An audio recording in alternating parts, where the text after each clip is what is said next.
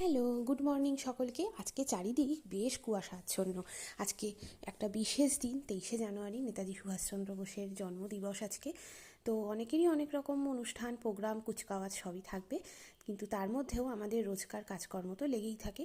তো আজকে এক জায়গায় যাওয়ার আছে, সেই জন্য সকাল সকাল ব্রেকফাস্ট তৈরি করে নিয়েছি। রুটি আর পেঁয়াজকলি, ফুলকপি, গাজর ভাজা, তার মধ্যে একটু কড়াইশুঁটিও দিয়েছিলাম।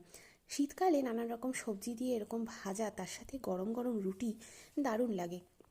টিফিন বক্সের মধ্যে নিয়ে নিলাম পেঁয়াজকলি, ফুলকপি ভাজাটা। এগুলো কিন্তু সবই ঠান্ডা করে তারপরে আমি টিফিন বক্সে ঢোকালাম। আর যে রুটি করেছিলাম তার থেকে 4টে রুটি নিয়ে নিলাম। রুটি হচ্ছে টিফিন বক্সে নেওয়ার, মানে কোথাও তুমি যদি ক্যারি করার বা অফিসে, স্কুলে, সব থেকে ভালো হচ্ছে রুটি তরকারি।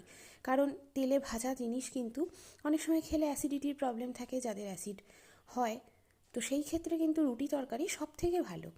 সাথে নিয়ে নিলাম 4টে বেগুন ভাজা। কেমন লাগলো জানিও, ভালো লাগলে লাইক, শেয়ার, কমেন্ট করো।